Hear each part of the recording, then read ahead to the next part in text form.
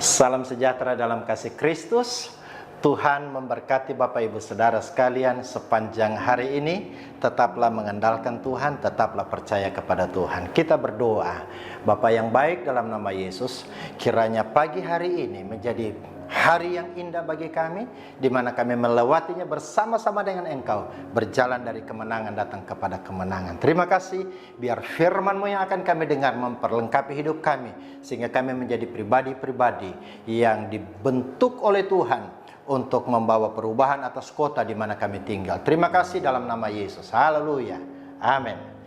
Bapak Ibu Saudara yang dikasihi Tuhan, kita lanjut lagi belajar dari firman Tuhan tentang Yeftah. Kita sudah belajar beberapa hal tentang Yeftah. Yang pertama, Yeftah punya hati yang terbuka.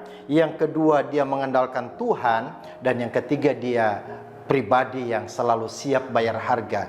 Itulah yang menarik perhatian Tuhan, sehingga Tuhan mengubahkan kehidupan Yeftah yang tadinya orang yang tidak punya masa depan. Dia anak seorang perempuan sundal, dia terbuang dari tengah-tengah keluarga dan berkumpul dengan para penjahat. Tetapi kemudian Tuhan mengubahkan dia. Kenapa? Karena dia punya sesuatu yang ilahi di dalam kehidupannya.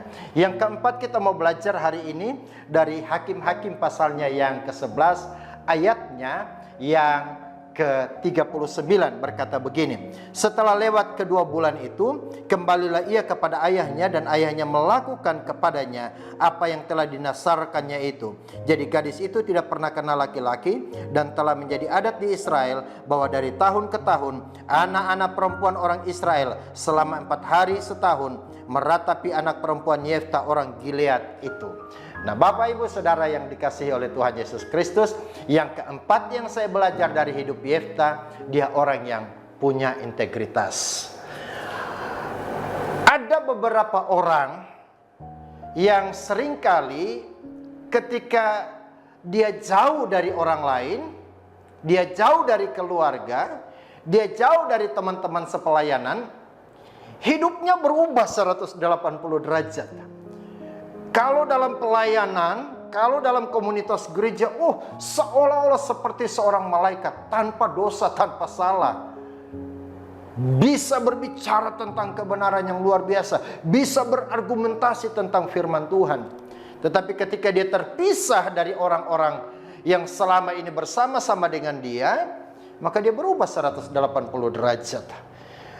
Dia tidak ubahnya dengan orang-orang dunia yang melakukan dosa, melakukan kejahatan di sana.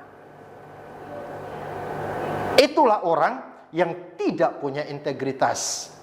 Orang yang punya integritas adalah orang yang sama sifatnya, yang sama kelakuannya, yang sama pribadinya, yang sama keputusan-keputusannya ketika dia dilihat oleh orang dengan dia tidak dilihat oleh orang.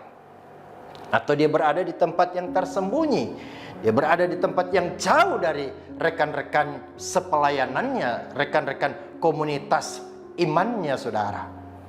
Nah, itulah yang dialami oleh Yeftah. Itulah yang ada dalam kehidupan Yeftah. Dia bukan hanya seorang yang hatinya selalu terbuka, bukan hanya seorang yang selalu mengandalkan Tuhan, dia bukan hanya seorang yang berani bayar harga, tapi dia juga seorang yang punya integritas. Di sini dia menunjukkan bagaimana dia memegang teguh integritasnya. Ketika dia bernasar untuk mengorbankan apapun yang keluar dari rumahnya, pertama kali menjemput dia korbankan bagi Tuhan. Dia harus korbankan itu. Walaupun ternyata itu adalah anak satu-satunya. Hanya itu loh anaknya. Kalau dia punya anak yang banyak, kita ingat lagu anak-anak dulu masih zaman-zamannya kami. Ada lagu berkata, kote, kote, kote, kote, anak ayam berkote, anak ayam turun 10, mati 1 tinggal 9. Kalau anaknya 10 mati 1 tinggal 9. Anaknya 5 mati 1 masih ada 4. anaknya 2 mati 1 masih ada 1. Tapi ini anak tunggalnya, anak satu-satunya Bapak Ibu Saudara. Kalau orang yang tidak punya integritas, maka dia tidak akan melakukan nasarnya itu. Maka dia akan bisa saja berdalih untuk membatalkan nasarnya. Tapi Yefta adalah seorang yang memegang teguh integritas hidupnya. Hari ini Bapak Ibu Saudara, Indonesia sedang mencari pribadi-pribadi yang terus mempertahankan integritas. Banyak orang yang menjual, memperbudak dirinya dengan berbagai macam hal duniawi ini. Tapi hari ini Tuhan dan bangsa ini sedang mencari orang-orang yang tetap mempertahankan integritasnya dalam keadaan apapun juga. Dia tidak akan memperjualbelikan harga dirinya dengan tawaran-tawaran dunia ini, dengan kemewahan dunia ini.